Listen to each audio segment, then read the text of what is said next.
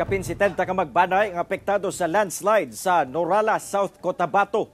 Samtang usa ka mag-uuma ang missing. Samtang gibaha sab ang pipila ka lugar sa Cotabato Province dala sa kusog nga ulan.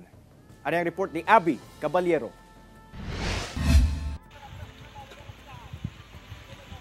Halos anaamatod pa sa 3 hectares ang landslide sa sitio Lamfugon, Barangay Tinago sa Norala, South Cotabato. Kiniatol sa kusog nga ulan adlawng Martes. Sumala sa MDRRMO Norala, alas 6 pa lang sa buntag na sinati na ang mga pag-ulan. Pag-abot sa alas 11 sa buntag, nahitabo na ang landslide.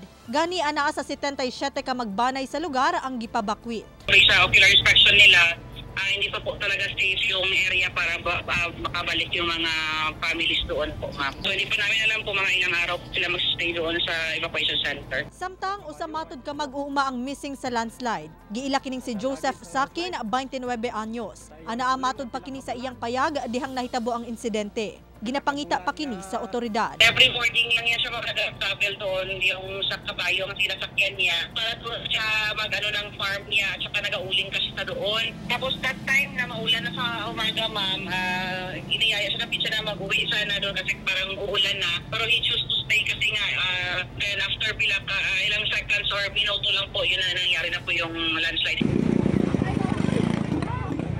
Kidapawan City, makitaan sa video ang pagtinabangay sa mga residente sa Barangay Paez aron makatabok sa naghagros nga tubig baha sa overflow sa lugar. Epekto matod pa kini sa kusog nga ulan Miyerkules sa hapon. Matod pa sagad masinatian sa mga residente ang samang sitwasyon matag kusog ang ulan. Hinuon luwas nga nakatabok ang mga residente.